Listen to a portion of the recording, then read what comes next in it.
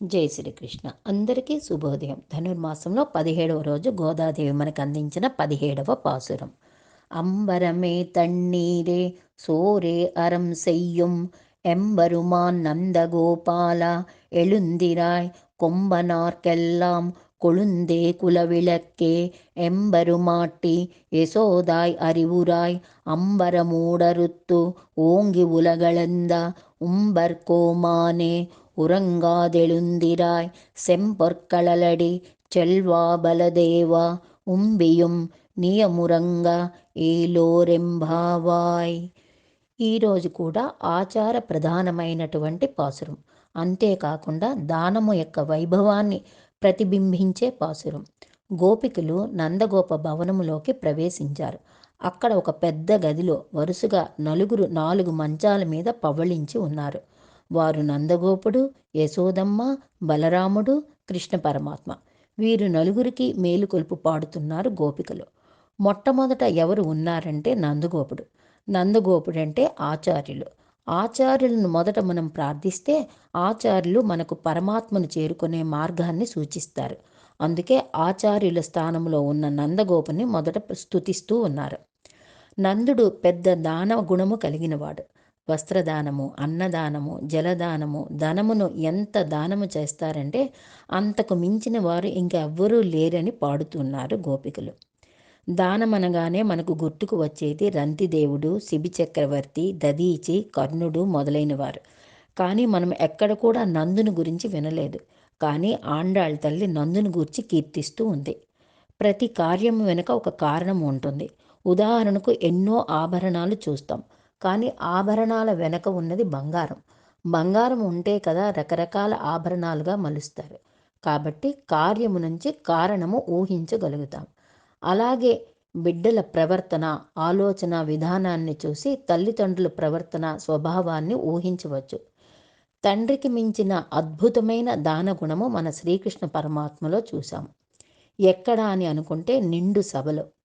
గంధర్వులు, దైవాంశ సంభూతులైన 5గురు భర్తలు కలిగినటువంటి మహాపతివ్రత ద్రౌపది.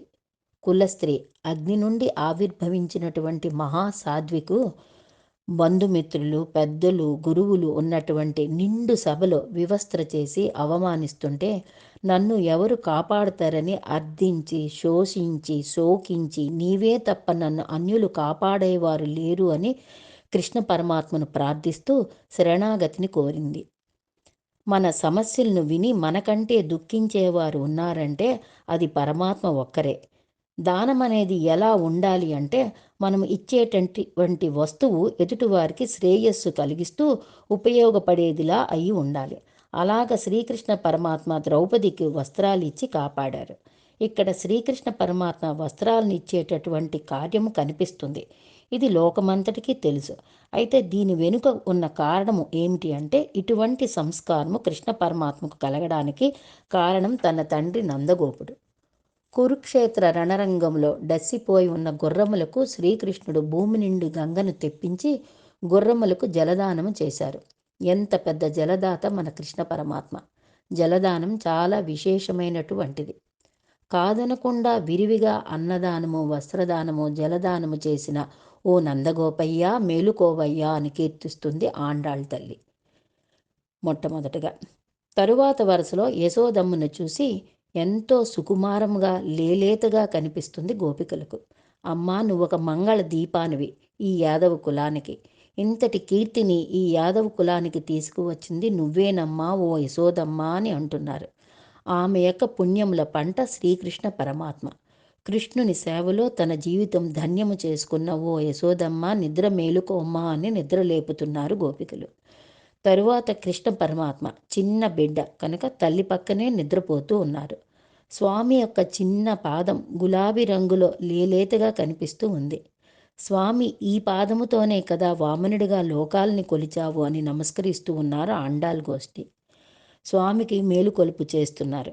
కానీ స్వామి లేవలేదు. ఎందుకంటే చిన్న బిడ్డ కదా.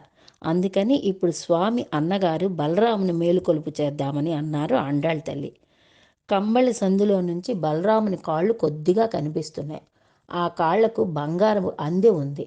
గోకులములో అందరూ బలరాముని కాళ్లకు అందె వేశారట. స్వామి బలరామ, నువ్వు అడుగుపెట్టిన తర్వాతే ఈ కృష్ణుడు వచ్చారు. మనందరికీ ఆనందాన్ని తెచ్చారు. కనుక నీ పాదము అదృష్ట పాదమని మేలుకొలుపు చేస్తున్నారు బలరామునికి.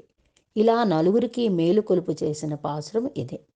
ఈరోజు ధర్మాలు, దానాలు, సత్కారాలు మనము కూడా చేసుకుంటే విశేషమైన ఫలితాన్ని మనము కూడా పొందగలుగుతాం అని ఈ 17వ పాసురంలో గోదాదేవి మనకు తెలియపరిచారు.